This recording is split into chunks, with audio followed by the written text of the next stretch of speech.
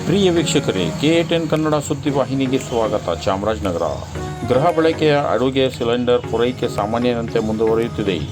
ಸಾರ್ವಜನಿಕರು ಯಾವುದೇ ರೀತಿಯ ಆತಂಕ ಪಡೆಯುವ ಹಾಗಿಲ್ಲ ಎಂದು ವೆಂಕಟಯ್ಯನ ಛತ್ರದ ಜ್ವಾಲೇಶ್ವರಿ ಇಂಡಿಯನ್ ಗ್ರಾಮೀಣ ಏಜೆನ್ಸಿ ವಿತರಕ HB ಶಮಂತ್ ಕುಮಾರ್, ನಗರದ ಮಹೇಶ್ ಗ್ಯಾಸ್ ಏಜೆನ್ಸಿಯ ಮಾಲೀಕ ಮಹೇಶ್ ಕುದರ್ ಮತ್ತು HP ಏಜೆನ್ಸಿಯ ನಿರಂಜನ್ ಅವರು ಜಂಟಿ ಸುದ್ದಿಗೋಷ್ಠಿಯಲ್ಲಿ ಮಾತನಾಡಿ ವಿವರಿಸಿದರು.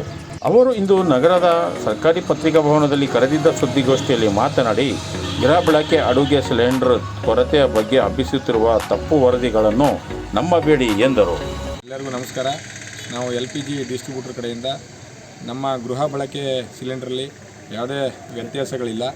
ಜನರು ದಯಮಾಡಿ ಯಾರೂ ಪ್ಯಾನಿಕ್ ಆಗಬೇಡಿ. ನಿಮ್ಮ ಒಂದು ಬುಕ್ಕಿಂಗ್ಗೆ ನಾವು ಮನೆಗೆ ಸಿಲಿಂಡರ್ನ ತಲುಪಿಸುವಂಥ ವ್ಯವಸ್ಥೆ ಮಾಡ್ತಾನೆ ಬರ್ತಾ ಇದ್ದೇವೆ.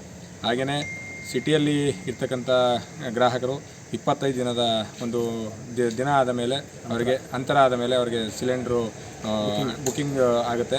ಅದಾದ ನಂತರ ಒಂದು 2-3 ದಿನದಲ್ಲಿ ನಿಮ್ಮ ಮನೆ ಬಾಗಿಲಿಗೆ ಸಿಲಿಂಡ್ರನ್ನ ನಾವು ಕೊಡುವಂಥ ವ್ಯವಸ್ಥೆಯಲ್ಲಿದ್ದೀವಿ.